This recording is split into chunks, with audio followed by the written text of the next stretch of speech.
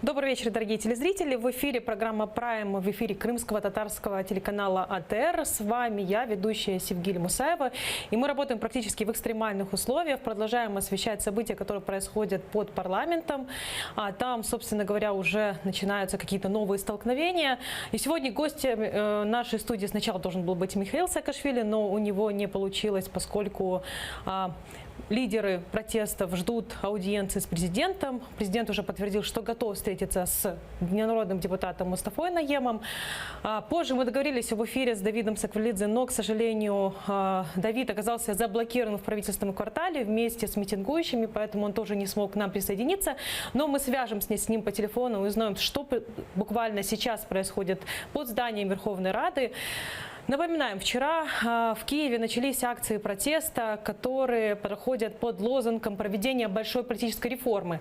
Что подразумевает собой большая политическая реформа?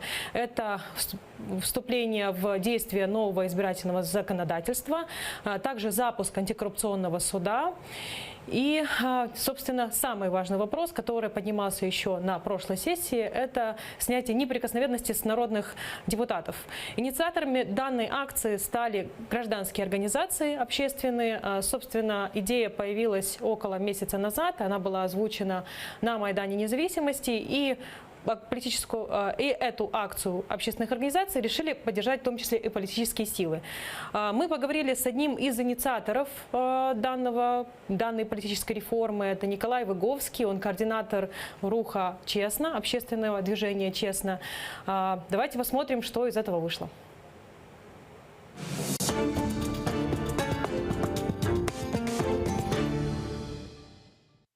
Доброго дня, Микола. Я знаю, що ти був одним із головних ініціаторів так званої великої політичної реформи. І фактично у русі «Чесно» з'явилися ці три вимоги, які сьогодні озвучують учасники акції до Верховної Ради, до президента України. Я маю на увазі, перш за все, створення антикорупційного суду, зняття недоторканності з народних депутатів, а також виборчу систему, зміна виборчої системи. Скажи, будь ласка, чому вимоги саме такі? І як активісти, громадські активісти та політичні партії прийшли до такого переліку завдань порядку денного для Верховної Ради? Ну, насправді ці три речі, вони ключові для оновлення політичної еліти в країні. Для оновлення в контексті не зміни певних облич, а в зміні правил, за якими політична еліта існує. І ці правила покликані, власне, запустити процеси самооновлення цих еліт. Що стосується виборчого законодавства, тут все зрозуміло. Зараз правила такі, що без великого фінансового капіталу потрапити у парламент фактично нереально. На мажоритарних округах процвітає підкуп і використання адмінресурсу, а за партійними списками проходять або ті, чий соціальний капітал можна трансформувати в політичний капітал партій, або ті, хто банально купили місце в цьому списку. За таких умов мало шансів, що з'являться якісь політичні сили, які, власне, мають на меті публічні інтереси, а не свої власні фінансові в першу чергу. Тому ми вимагаємо зміни виборчого законодавства, перехід до пропорційної системи з відкритими регіональними списками, і це про те, як формується політична еліта. Знову ж виникає питання, чому люди готові витрачати такі великі кошти на те, щоб потрапити в партійний список, чи на те, щоб виграти мажоритарний округ. І однією з причин є, власне, ця депутатська недоторканність, коли в політику йдуть за імунітетом від закону, і цей імунітет стосується не тільки політичних позицій, а й, наприклад, будь-яких кримінальних злочинів. Ми вважаємо, що це з одного боку несправедливо, а з іншого боку це той пряник, за яким в політику йдуть не дуже чесні люди. Якщо обмежити депутатську недоторканність та залишити так званий індемнітет, тобто відсутність відповідальності за свої політичні позиції та висловлювання, але рівність із іншими громадянами в питаннях інших кримінальних злочинів, то це також хороший шанс отримати чистішу і справедливішу політику. Ну а що стосується антикорупційного суду, тут уже питання тих, хто порушив закон, топ-корупціонерів. Ми бачимо, що справ багато, але реальних вироків фактично немає. Тому нам потрібен незалежний антикорупційний суд, який зміг би притягати до відповідальності тих топ-політиків, які заслуговують на цю відповідальність. Тому така тріада, без якої неможлива велика політична реформа, без якої, в принципі, будь-які інші реформи все рівно в тій чи іншій мірі будуть підлаштовуватися під, в першу чергу, непублічні інтереси політичної. Але водночас ваші критики, наприклад, кажуть, що зняття депутатської недоторканності може спричинити те, що парламент фактично стане ручним, тому що президент зможе використовувати недоторканність, інструмент зняття недоторканності, інструмент позбавлення недоторканності у якихось політичних переслідуваннях. Про це говорять насамперед і представники так званої опозиції. Чи погоджуєшся ти із цією думкою і що можна сказати відповідь цим людям? Ну, мені здається, що в 21 столітті переслідувати своїх політичних опонентів – це вірний крок в політичну могилу. І побоювання мені зрозумілі. Ми знаємо, що в історії України такі речі були. Зрозумілі, так, але це може бути і шансом для тих, хто цього побоюється, для того, щоб заявити про політичні переслідування і таким самим чином здобути симпатію людей. Тобто я не бачу в цьому якоїсь небезпеки великої. Якщо дійсно почалися би політичні переслідування і такі маніпуляції, наш український народ, він навряд чи буде довго це терпіти. Так? Тобто ми навчені домагатися свого, коли такі виклики виникають. Мені так здається. Яка з цих вимог, на твою думку, найбільш небезпечна і найбільш невигідна для нинішньої української влади? На мою думку, це однозначно виборчі правила, тому що вже почалися дискусії партії БПП і Народний фронт про те, як вони ділять мажоритарні округи. Це означає, що якщо зараз зміняться виборчі правила, то всі їх стратегії потрібно починати писати заново і готуватися заново, і конкурувати з іншими політичними силами.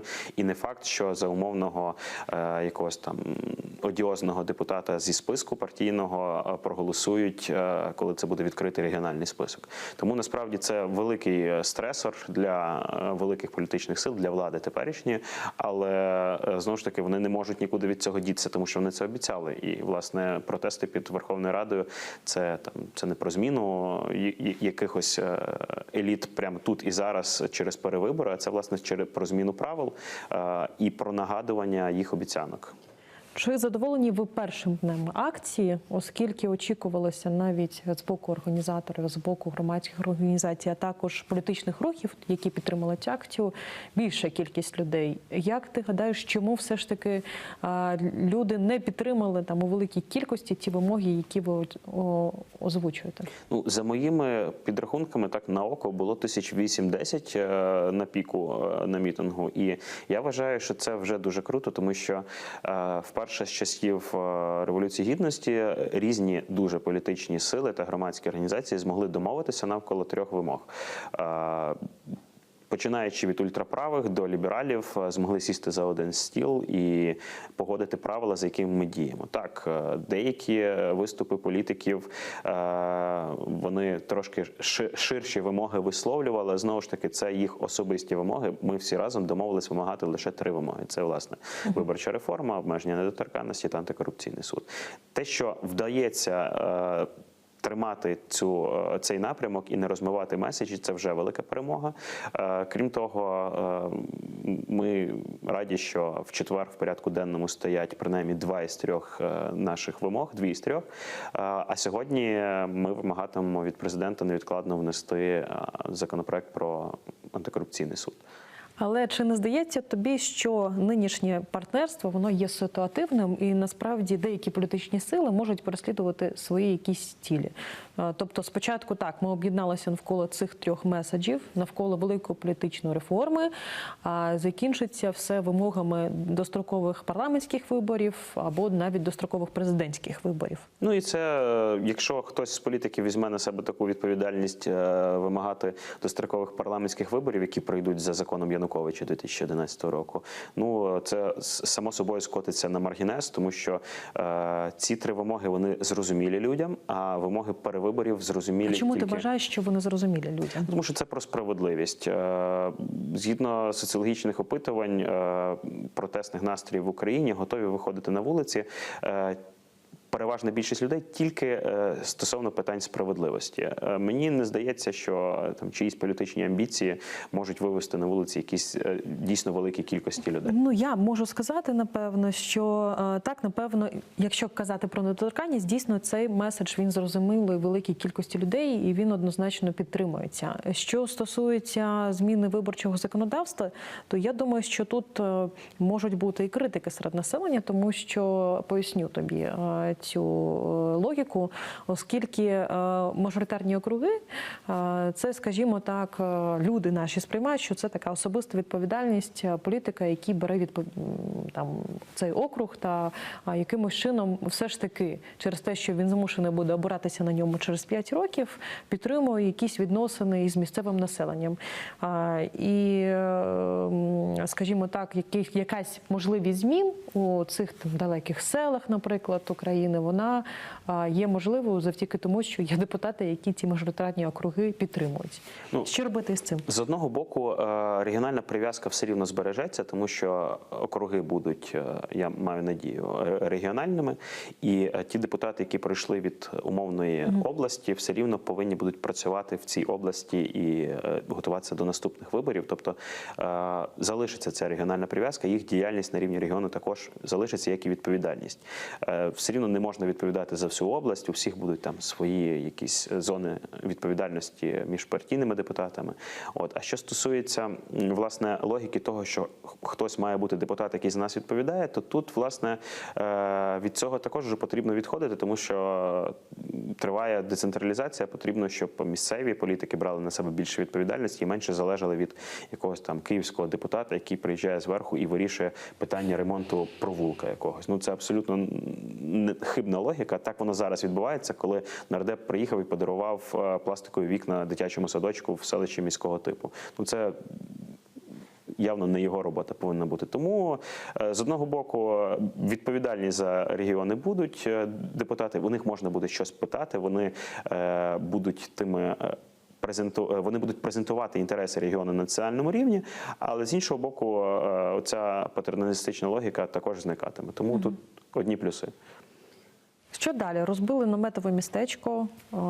Завтра планується розгляд у порядку денному. Якщо все ж таки не будуть почуті ті вимоги мітингувальників, учасників цієї акції, які дії подальші? Тому що, чому запитую, вчора, наприклад, Міхеїл Саакашвілі, який, напевно, насамперед асоціюється із усіма цими процесами, вже почав якусь дивну риторику із боку, що мітингувальники не мають розходитися, тому що кінцева мета – це винести козла. Чи готові громадські організації, чи інші політичні рухи, чи, наприклад, Рух Чесно підтримувати такі гасла? Ну, ні, звичайно. Ну, це окремі фантазії окремих політиків, ми за них відповідальності не несемо. Ми домовилися всіма середовищами, що ми вимагаємо 3 конкретні речі. Якщо вони будуть ухвалені, ми зможемо видихнути, порадіти цьому і думати над тим, що вимагати у влади далі. Так? Що стосується винести козла, ну, пан Михайло відчуває в собі силу і потужності винести якогось козла. Я не розумію, що він це вкладає, в це поняття. Ну, успіху йому. Громадські організації навряд чи будуть йому у цьому допомагати. Тобто це чисто політичний лозунг, за який відповідальність несе Тобто, якщо все ж таки почнуться такі гасла, що робитимуть громадські організації? Створять свою якусь платформу, або відійдуть від акції протесту, або згорнуть. Чи є ваші намети зараз на площі біля Ради? Наших наметів, власне, громадських організацій там немає. Якщо таке станеться, ну, ми будемо реагувати по ситуації, залежить від того, чи будуть прийняті основні рішення. Так? Якщо протест переросте в такий, що єдиною вимогою має власне озвучено, то очевидно, що ми вийдемо з цього процесу, тому що ми якось стараємося робити предметні речі, а не обслуговувати чиїсь абстрактні лозунги.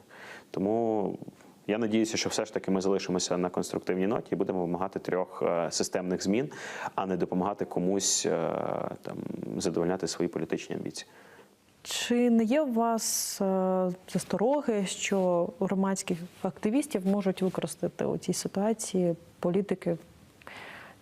Ну, звичайно, високого ешелону. вони Я маю були- на увазі лідерів наразі опозиційних сил, так званих, Ми зі старту Юлію розуміли це. Тимошенко або Міхайла Саакашвілі. Так, ми всі ризики розуміли з самого старту, що все рівно, як тільки з'являться з нами на одній сцені політики, вони в силу своєї більш медійної впізнаваності будуть в першу чергу асоціюватися з цим рухом. Ми прекрасно розуміли всі ці ризики, але ну, тут потрібно брати відповідальність і діяти в тих умовах, які є. А умови такі, що, на жаль, зараз суспільство втомлене і мобілізувати людей на підтримку тих чи інших вимог зараз можуть виключно політичні партії.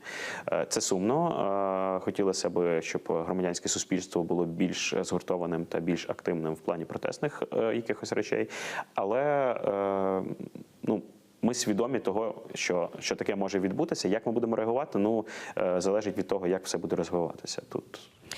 Якщо вимоги не будуть виконані, згортатимуться наметове містечко, і що робитимуть, наприклад, громадські організації? Я думаю, що далі якщо проводити акції вимоги протесту. не будуть виконані, ми Дякую. просто будемо переходити в якийсь більш тривалий процес протестний. І ну, я не берусь зараз прогнозувати це. Ми будемо всі разом. Просто я член оргкомітету, у нас біля 2 десятків середовищ.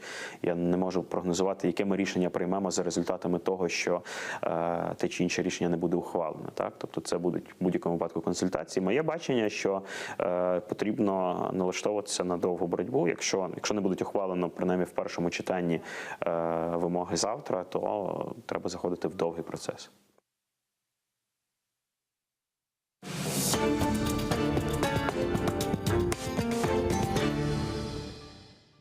Мы возвращаемся в студию телеканала АТР и продолжаем следить за событиями, которые происходят непосредственно возле Верховной Рады. Около часа назад произошли столкновения митингующих с Нацгвардией. Столкновения под Верховной Радой возникли вследствие отказа митингующих вернуть захваченные 17 октября щиты. Об этом «Украинской правде» заявил пресс-секретарь национальной полиции Ярослав Тракало. В течение дня велись переговоры с митингующими. Мы призвали их вернуть государственное имущество, но получили отказ. По словам Тракало, после этого митингующие выстроились в колонну. Полиция призвала их отдать щиты. После отказа начались схватки, толкотня, в результате которой были задержаны 11 человек. Собственно говоря, по этой причине Давид Сакверлидзе, тот человек, который должен был сегодня быть в студии, не смог приехать. Он сейчас находится возле митингующих, возле здания Верховной Рады. Мы пытаемся с ним связаться. Сейчас с Давидом связи нет. Но тем временем Мустафа Наем, народный депутат, который, как я уже говорила ранее, будет сегодня встречаться с президентом Украины, пишет, что протестующие, задержанные национальной полицией во время столкновения на Грушевского, будут отпущены в течение получаса. Народный депутат Юрий Деревянко и мой помощник Никита Лысенко сейчас в Печерском райотделе НПУ занимается этим вопросом. Я вместе с народными депутатами Светланой Залищук и Юрием Левченко идем на встречу с президентом. Остальные народные депутаты, которые хотели встретиться с главой государства, сейчас вынуждены оставаться на Грушевского на случай повторных столкновений. И у нас в студии появился гость Ирфан Кудусов, крымско-татарский активист. Ирфан принимал участие в собственно говоря, прорыве Саакашвили на польской границе. Он может подробно рассказать о том, как это происходило. А также вчера Ирфан провел целый день возле здания Верховной Рады. Скажи, пожалуйста, ты вот по настроениям митингующих как чувствуешь? Все-таки люди понимают, что цель, условно говоря, этих акций – это большая политическая реформа, да, которая предусматривает изменения, да, вот таких вещей, как мы уже говорили об этом, создание антикоррупционного суда, снятие неприкосновенности, или все-таки протестное настроение касается более глобальных вопросов? Ну, люди там, скажем так, понимающие собрались. Много лиц, которых я видел, это люди еще с Майдана и люди, которые были на встрече Саакашвили на польско-украинской границе, в Краковце, в Шагинянах, в Мастиске 2. То есть это люди осведомленные абсолютно хорошо, понимающие требования. И, конечно, тот перечень 3 законов, законопроекты, которые должны быть внесены и приняты Радой, да, это, конечно, узкий круг вопросов. люди настроены на более серьезные изменения. Серьезные какие? Ну, требования там разные звучали, скажем так, да. Ну, в том числе и Людей не требования устраивает, там, вынести людей не козла. устраивает Это как финансы. вот можно воспринимать? Ну, знаете, там звучали лозунги импичмента и так далее, да, то есть очень серьезные требования к власти, но при этом общество украинское и те, кто в особенности собрались под Верховной Радой, они понимают, что нужно хотя бы какие-то шаги делать небольшие. Я считаю, те шаги, которые сегодня просит оппозиция и тот народ, который собрался под Радой, это тот такой, скажем, кандидатский минимум для власти. Если это не будет удовлетворено, я думаю, что нас ждут более бурные события, более радикальные. Ты завтра собираешься присутствовать? Ну, я на- завтра буду там, да. Я Вчера я весь день провел, вчера слышал от начала до конца, встречался, немножко разговаривал с Акварелидзе, немножко с Наливайченко, там, с теми, с кем успел, ну, скажем так, с ньюсмейкерами. Что удовлетворит конкретно Ирфана Кудусова в этих акциях протеста? Если, например, все те требования, которых сейчас требуют, да, вот лидеры политических партий, общественных организаций, будут, например, приняты парламентом. Я думаю, Ты лично уйдешь с площади? Лично я уйду, но я уйду с командой, которая будет выписывать следующие требования. Потому что останавливаться на этом нельзя ни в коем случае. Ирфан, у нас на связи со студией народный депутат от партии «Батьківщина» Иван Крулько. Иван, добрый вечер. Вы нас слышите, видите? Доброго вечора. Дар'я. Доброго вечора, Івана. Я знаю, що ви були на бюджетному комітеті. Розкажіть, будь ласка, яка зараз атмосфера вирує у Рядовому кварталі? Тому що годину тому там були сутички. Чи були ви свідком цих сутичок? Що наразі відбувається? Ну, я знаходжуся в бюджетному комітеті, який на Банковій.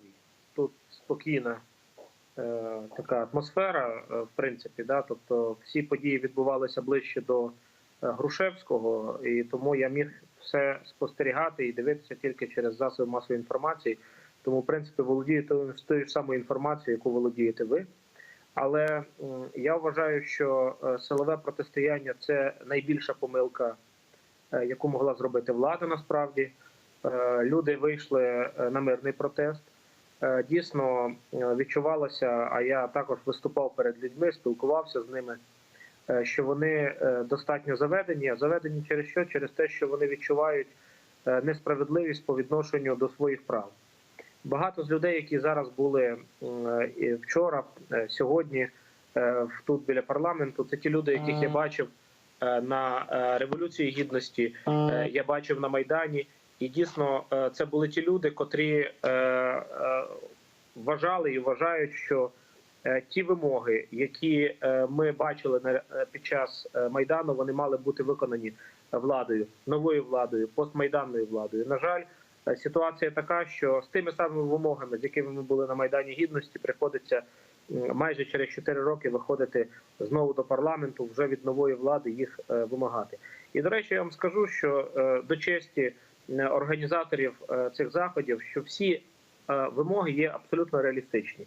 Їх можна вирішити впродовж одного пленарного тижня. Закон про антикорупційний суд готовий, його можна прийняти відразу. Закон, який стосується виборів народних депутатів, є 5 законопроєктів. Можна обрати один із них, взяти його за основу і далі працювати над цим законопроєктом. Депутатська недоторканність вже внесли, є депутатський проєкт, є проєкт президента.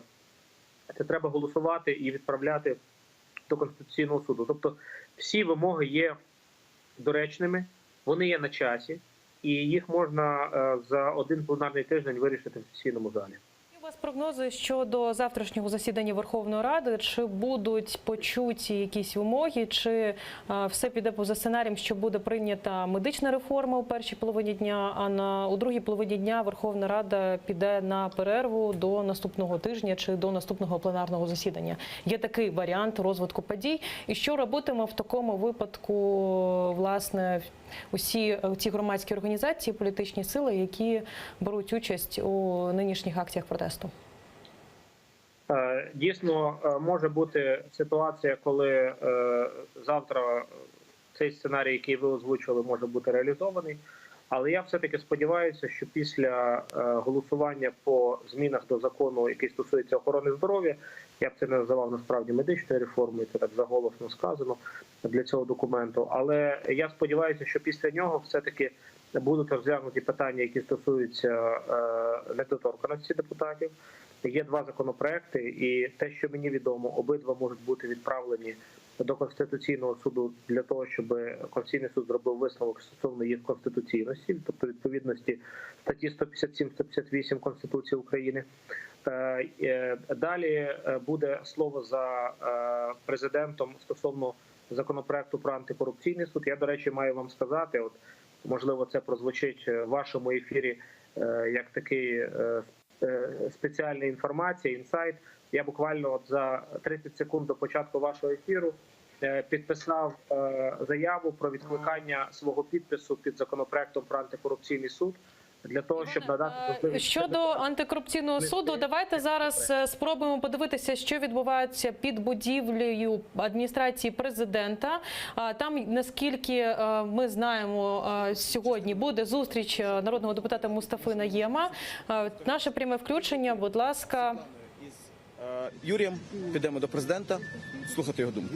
Сюди також планували ще йти мітингувальники, оголошували про що буде акція в 17-й годині. Вони не будуть йти? Ви якось домовилися, що спочатку ви, а потім вони? Справа в тому, що після штурму нашого місця дислокації під Верховною Радою, після того, як людей захопили незаконно, після того, як почали використовувати силові методи, які схожі дуже на 13-й рік, очевидно, ми не можемо людей зараз виводити з-під табору, тому що як тільки люди вийдуть з-під табору, очевидно, табор буде рознесений.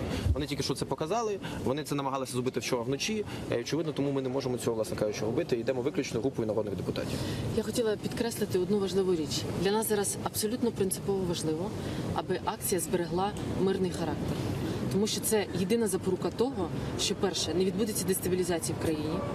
Друге, що в парламенту завтра буде шанси ухвалити ті законопроекти і про недоторканність, і про виборчу реформу, яку парламент включив до порядку денного. Тому президент має взяти на себе зараз відповідальність і скоординувати свої дії з правоохоронними органами, дати чітке доручення, що жодних подальших побиттів, захоплень наметів, нападів на активістів окремих бути не може. Я хочу підкреслити, оця випадок з наметом, коли 10 людей було арештовано, спровокувала саме представники поліції.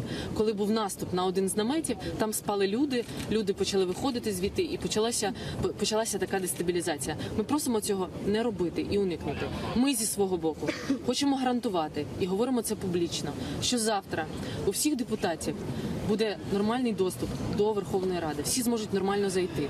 Активісти гарантують, що вони ні до кого не будуть бити чи перешкоджати заходженню нормальній роботі парламенту. З нашого боку це наша гарантія. Але ми так само очікуємо з боку правоохоронних органів дуже чітких дій не на дестабілізацію, а на гарантії мирної акції. Бо зараз це виглядає, якщо ви подивитеся, як себе поводять поліція, це обурливо, тому що людей не пускають, не допускають до своїх речей, до наметів, відштовхують, намагаються там в наметах робити якісь незрозумілі рухи. Це неправильно. Це спричинить дестабілізацію, і нам треба цього уникнути.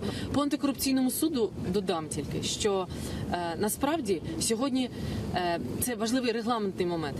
Наш законопроект включений до порядку денного сесії. Це означає, що просто відкликати через заяву ми не можемо. За нього повинен проголосувати парламент, наприклад, і його відхилити. Але насправді в президента немає жодних пересторог абсолютно для того, щоб внести свій законопроект. Тобто йому нічого не заважає. Я вам хочу нагадати, є законопроект зареєстрований про депутатську недоторканність з ініціативою Юрія Левченка. Водночас президент вніс абсолютно ідентичний законопроект в цей вівторок, і йому нічого не стало на заваді. Хоча він з точки зору бажання, він регламент порушує. А коли немає бажання, закінчу тільки по цьому. Тому в президента немає сьогодні перешкод внести цей законопроект. І по суті, насправді, ми готові оприлюднити законопроект наш разом з тими рекомендаціями, які були внесені Венеціанкою, для того, щоб президент вніс цей проект. Насправді не треба навіть на сьогодні ні робочих груп, ні особливо на базі там скликати якийсь великий хурал і затягувати цей процес. Є проект, вносимо рекомендації Венеціанки, це готовий законопроект для того, щоб парламент його підтримав. Це той проект, який підтримали уже на цей момент. Всі представники, я хочу зауважити, бо є рекомендації, висновки всього дипломатичного корпусу і представників міжнародних організацій в Україні, які разом з нами працювали над цим законопроектом. Він є публічний, або ми можемо надати журналістам, якщо потрібно, що вони підтримують це, і водночас з тими рекомендаціями, які є від Венеціанки. венеціанки. Так, а може цей законопроект просто внести Порошенко? Я ж про це і кажу. Може, ми ж кажемо, він І може ми внести. закликаємо до цього. Це найшвидший шлях. Ми повертаємося до студії. У нас на зв'язку скайпом народний депутат України Іван Крулько. Іване, як ви гадаєте, чим закінчиться сьогодні зустріч президента із громадськими активістами, з народними депутатами щодо прохань, які ваші прогнози? Ну, по-перше, дійсно була інформація, що народні депутати планують піти. Правда, адміністрація президента підтвердила тільки зустріч з Мустафою Наємом. Це, мабуть, вибір президента, нема проблем. Хоча, насправді, я як співавтор законопроекту стосовно антикорупційного суду готовий був взяти участь в такій розмові. Ключовий меседж. Я персонально про це говорив публічно і зараз повторяю, що якщо президент готовий внести законопроект про антикорупційний суд, і для нього це дійсно важливо, де буде той самий механізм добору суддів, який прописаний в нашому законопроекті, я готовий відкликати свій законопроект. І підпис під таким відкликанням я вже поставив. Але я сподіваюся, що депутати, які зараз підуть до президента, ключова вимога буде збереження механізму, незалежного механізму добору суддів до антикорупційного суду. Немає питань, хто внесе законопроект. Нам треба не шашечки, нам треба їхати. Хоча насправді, якщо спитати мене як правника, то президент створив антикорупційний суд. Він його створив законом про судоустрій і статус суддів, де прописано, що створюються два спеціалізовані суди: Вищий суд з питання інтелектуальної власності і Вищий антикорупційний суд. І насправді ми, як депутати, в розвиток створеного суду президентом внесли законопроект, щоб виробити механізми, яким чином цей суд буде діяти. Я сподіваюся, що це питання буде вирішено сьогодні. Президент має готовий законопроект, який може його внести до парламенту, і його достатньо швидко можна буде ухвалити у Верховній Раді. І другий варіант, що президент це може запустити своїм указом. Іване, достатньо швидко – це наскільки швидко? Ви думаєте, що він швидко пройде читання, перше і друге? Звичайно. Ми ж бачили в парламенті унікальні випадки, коли законопроекти швидко проходять. Але давайте тут ми не будемо, так би мовити, створювати ажіотаж і не будемо порушувати регламент. Є стаття 52 регламенту, яка передбачає процедуру ad-hoc. Можна вдвічі скоротити термін розгляду його комітетом, тобто до 1 тижня, і через тиждень вже на друге читання законопроект винести і проголосувати. Думаю, що і мене, і дуже велику кількість глядачів цікавить, яким чином координують дії свої представники політичних сил, а також громадських організацій, які беруть участь в цих акціях протесту. Тому що, ось зараз ви пояснили, що, наприклад, Мустафа Наєм пішов до Верховної Ради, до президента України, а вас, як автора законопроекту про антикорупційний суд, не запрошували. Яким чином ви узгоджуєте дії? Чи є зараз така єдність думок, чи вже немає тої єдності, яка була на початку всіх цих процесів, які почалися, власне, 17 жовтня? Ми оперативно координуємо свої ідеї через месенджер, через відповідну групу. І, в принципі, в групі було обговорення стосовно такої зустрічі.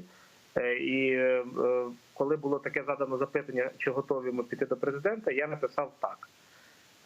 Власне, і був готовий це зробити, бо вважав, що це дійсно є надзвичайно важливе питання.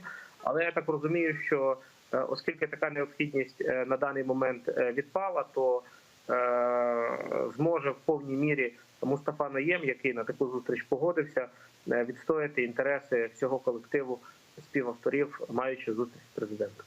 Чому я, власне, запитую? Вчора, звичайно, дуже багато лунало щодо 3 вимог, які озвучують організатори акції, але між тим прийшов на площу до площі Конституції Михаїл Саакашвілі, який фактично сказав мітингувальникам не розходитися, тому що будемо виносити козла корупції і козла конкретного. Скажіть, будь ласка, такі меседжі узгоджувалися? Чи це була власна імпровізація Михайла Саакашвілі? Як до цього поставилися у штабі спільних дій, якщо він існує? Я не був присутній, коли б узгоджувалися подібного роду дії. Більше того, Михаїл Саакашвілі – це достатньо самостійний політик, який може генерувати різні думки, дуже швидко, і мені здається, що йому для цього і різні штаби деколи бувають навіть зайвими. Я наскільки розумію, що всі політичні сили, які зібралися, вони були об'єднані навколо 3 вимог. Ці вимоги, навколо яких вони об'єдналися, були достатньо такими прогнозованими, зрозумілими, і вони можуть бути реалізовані на практиці. Що стосується там про винесення, ну дійсно було за цей час наговорено багато різного і з різних сторін. Треба уникати, мені здається, емоцій тоді, коли може бути результат. Ми ж за результат прийшли. Результату треба добити. В студії добити. також є учасник акції протесту, це Ірфан Кудусов. Власне, Ірфане, запитання до тебе. Чи це ти побачив цю координацію дій між учасниками акції? Чи дійсно штаб координується якимось чином? Чи акція добре організована? Тому що, як ми знаємо, у громадських організацій та політичних сил, які беруть участь в ній, був майже місяць на підготовку. Чи задоволений ти, власне, кількістю людей, яка була на площі, та взагалі загальним сценарієм, за яким ця акція реалізовується? К сожалению, как наблюдатель, который был рядом со сценой, со входом на сцену, это лично мое субъективное мнение, организация никакая. Никакая. Второе, есть претензии к организаторам. Как бы ни старались политики, да, монополизировать сцену теперь не получится, как это было на Майдане. Вот, то есть недопуск людей, даже, скажем так, лидеров мнений, там, блогеров на сцену недопустим, я считаю. Вот. Какая-то организованность, конечно, была в плане выставления палаток, в плане организации сцены, но в общем я не вижу, что оппозиция так уж сильна, чтобы очень четко работать. Вот. И вот эта опасность монополизации сцены, к сожалению, присутствует сегодня, когда политики хотят слушать только сами себя. Скажи, пожалуйста, собственно, ты был, наверное, вчера, и когда произошли первые столкновения, по чьей вине они произошли, на твой взгляд? Потому что есть разные мнения. Я тоже была в палаточном городке, видела, как митингующие общаются с национальной полицией. Знаете, у меня дежавю такое своеобразное. Я видел то, что вчера было, да, когда уже подходил к площади Конституции, все эти решетчатые заборы, металлодетекторы, знаете, это напоминает такое действие, как в Москве полиция действует. Напоминает яныковские времена. То же самое было на Шагинях, на Краковце, да, такое повторение яныковских традиций правоохранительных органов. Это глушение связи, это выставление каких-то дополнительных препон. Это не способствует диалогу народа, общества и оппозиции с властью. То есть вот это абсолютно негативно. Как ты Создание считаешь, этот дополнительных вопрос вот мы этих также барьеров. будем задавать Ивану. Может ли радикализироваться процесс и что может стать причиной для радикализации этого процесса? Власть делает все, чтобы радикализировать.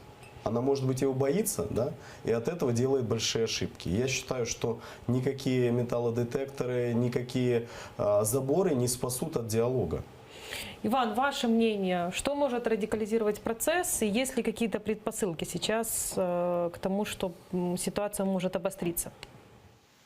Ви знаєте, я як учасник обидвох революцій, і помаранчевої революції гідності, де був всі дні на Майдані, за досвідом можу сказати, що радикалізація процесу відбувається тоді, коли влада не просто наглухо не чує вимоги людей, які вийшли на вулицю, але й намагається в силовий метод вирішити це питання. Будь-які силові дії з боку влади, вони будуть призводити до того, що люди ще більше будуть виходити на вулицю, відчуваючи несправедливість. Ось це може призвести до радикалізації. Тому насправді головна відповідальність за все, що відбувається на вулиці, все-таки полягає на владі, яка володіє інструментом сили. Вона цю силу не боїться демонструвати.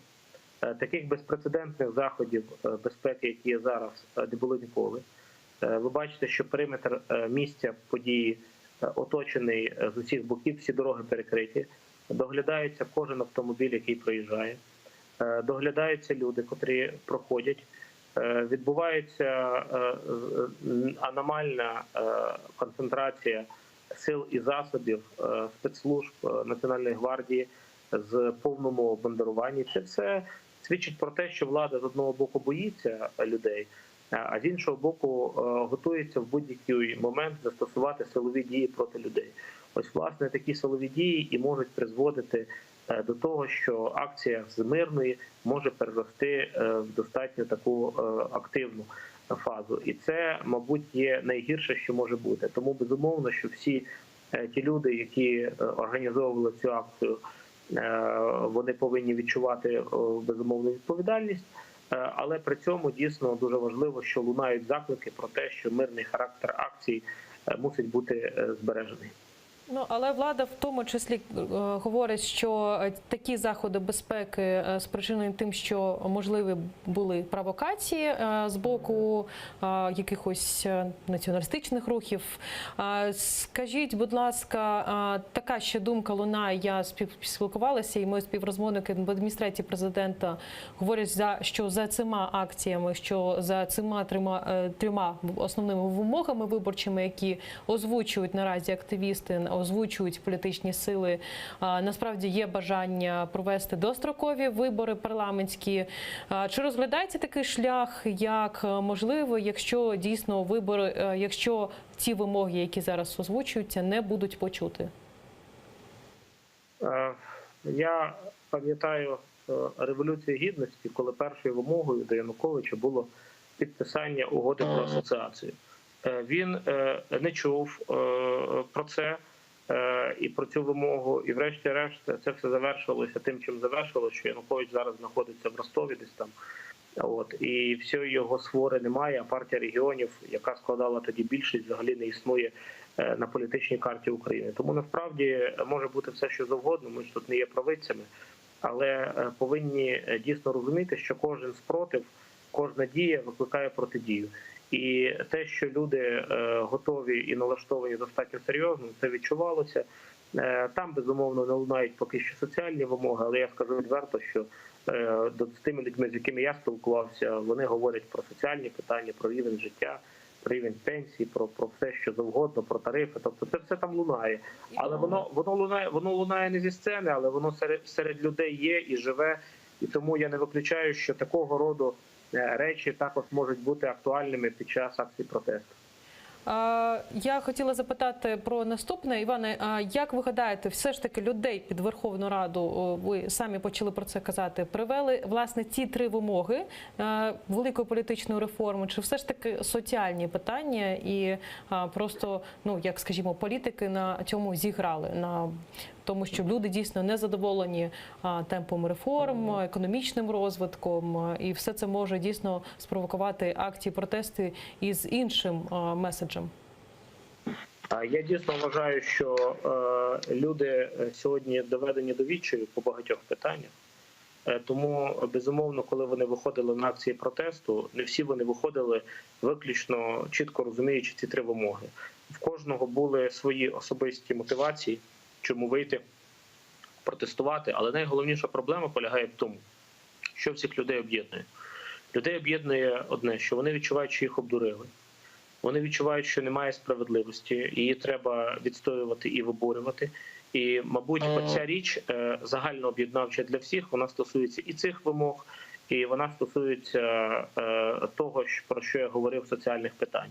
Тобто, мені здається, що все має місце, і насправді люди мають право на протест, і влада, яка володіє силою, повинна забезпечити можливість реалізації права людей на протест.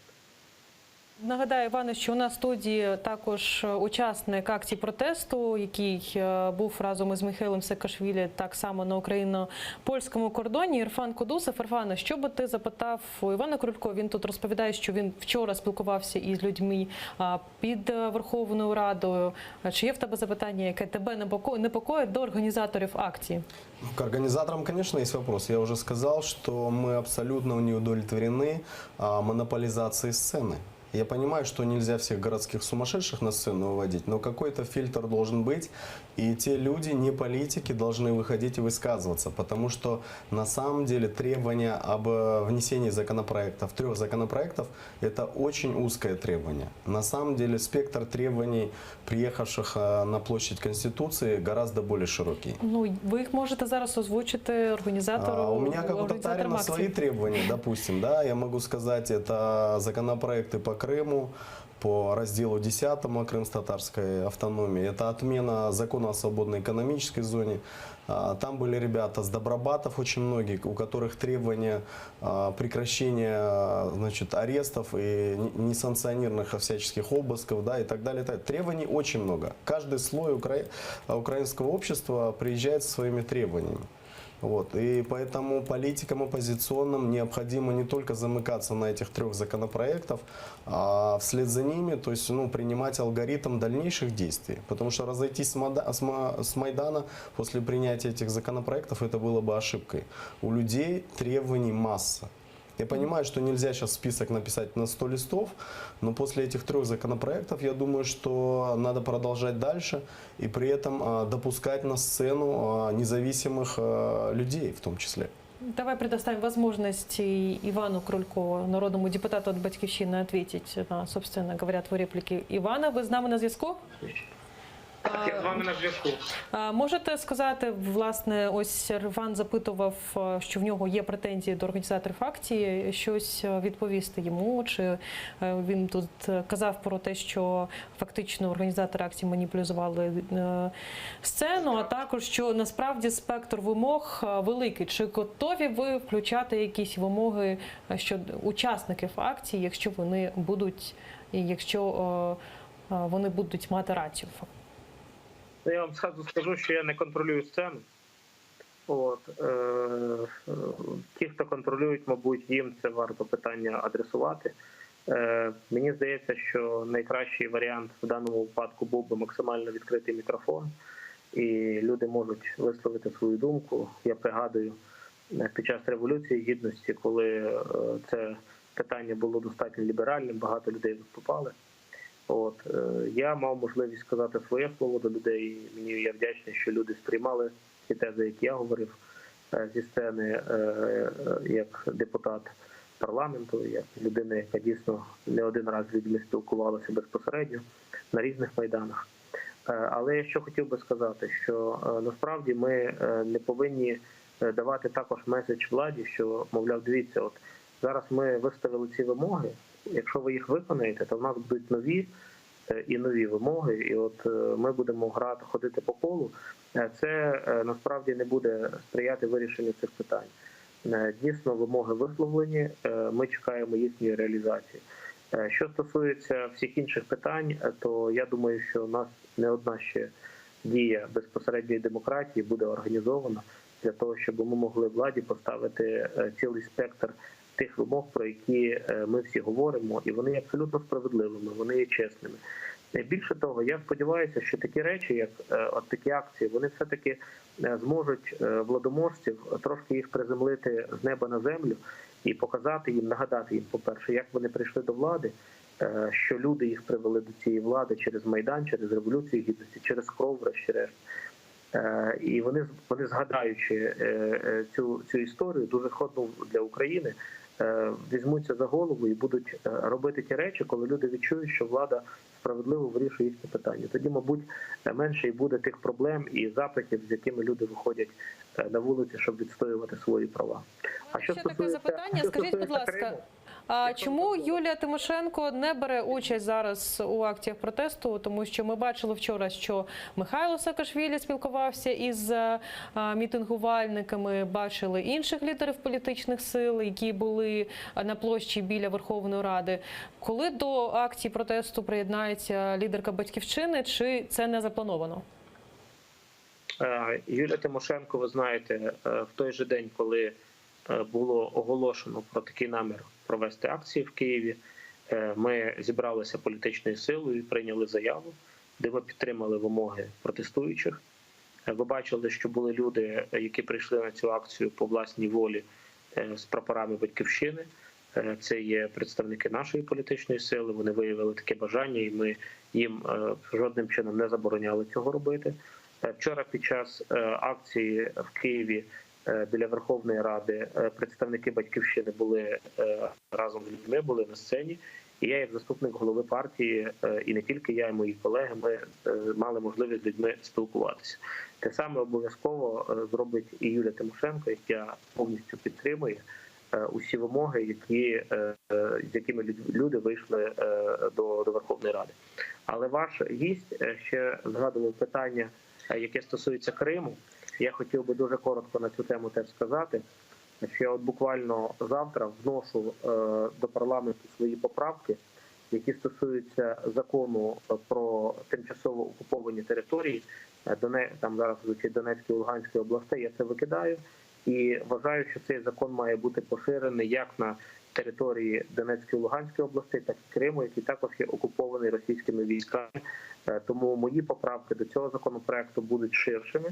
І я сподіваюся, що їх парламент почує, і ми зможемо включити до нього і проблематику Криму. Це є моя принципова позиція і нашої політичної сили.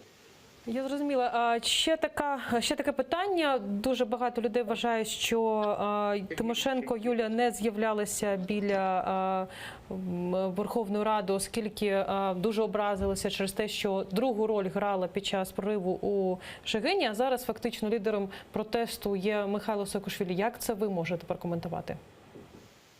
Це насправді такі конспірологічні речі, які комусь хотілося б, щоб вони мали місце, їх немає. Для того, щоб Михаїл Саакашвілі був лідером протестів, йому ніхто не заважає. Будь ласка, наша задача була, коли ми разом, я також був в Польщі, відстояти правду, і щоб громадянство України не було розмінною монетою. І щоб Саакашвілі, як громадянин України, мав можливість відстояти свої права в суді. Ось про що була ця вся акція, і чому ми хотіли, щоб дійсно допомогти Михайлу Саакашвілі потрапити до України. Про це була справа, а не про те, хто там має бути перший, хто має бути не перший. Юлія Тимошенко сьогоднішній день має найвищу довіру серед усіх політиків в Україні. Найвищу довіру. Михайла Саакашвілі поки що довіра в українському суспільстві коливається трошки менше, ніж статистична похибка. Тому, в принципі, ми повинні бути тут достатньо реалістами, чесно дивитися правді в очі і не змагатися в такі речі, бо воно призведе до загальної поразки. Я просто нагадаю на Юлію Володимирівну біля Верховної Ради на сцені мітингу за велику політичну реформу. Ви зможете нам сказати, Іване? Ще раз, я репетую. Коли можна очікувати на Юлію Володимирівну на сцені біля Верховної Ради, де вона звернеться до мітингувальників? Це відбудеться, наприклад, завтра? Я не бачу проблем. Тим більше ви чудово знаєте, що Юлія Тимошенко любить спілкуватися безпосередньо з людьми, робить це дуже добре, вміє до людей звертатися, і люди її чують. Тому як тільки така буде нагода, обов'язково Юлія Тимошенко поговорить безпосередньо з людьми. Це з великим задоволенням завжди робить. З нами на зв'язку був Іван Крулько, народний депутат від партії «Батьківщина». Ми продовжуємо наш ефір. О 8-й годині буде у гостях у Любомира Ференца народний депутат Віктор Чумак, а також Карл Волох. Вони далі продовжуємо тут розмовляти про акції протесту біля Верховної Ради. І, власне, яким буде день завтрашній біля стін парламенту, чи почують вимоги протестувальників народні депутати, а також, я думаю, що на той час вже стане зрозумілі якісь результати зустрічі народного депутата Мустафи Найєма та інших депутатів у адміністрації президента із президентом, власне, Петром Порошенком. І думаю, що Любомир зможе розказати вам ті новини. З нами були сьогодні на прямому зв'язку Іван Крулько, народний депутат, а також гостем студії був кримськотатарський активіст Серфан Кудусов. Дякуємо і зустрінемося за тиждень. Це був Прайм із Севгіль Мусаєвою. Дякую.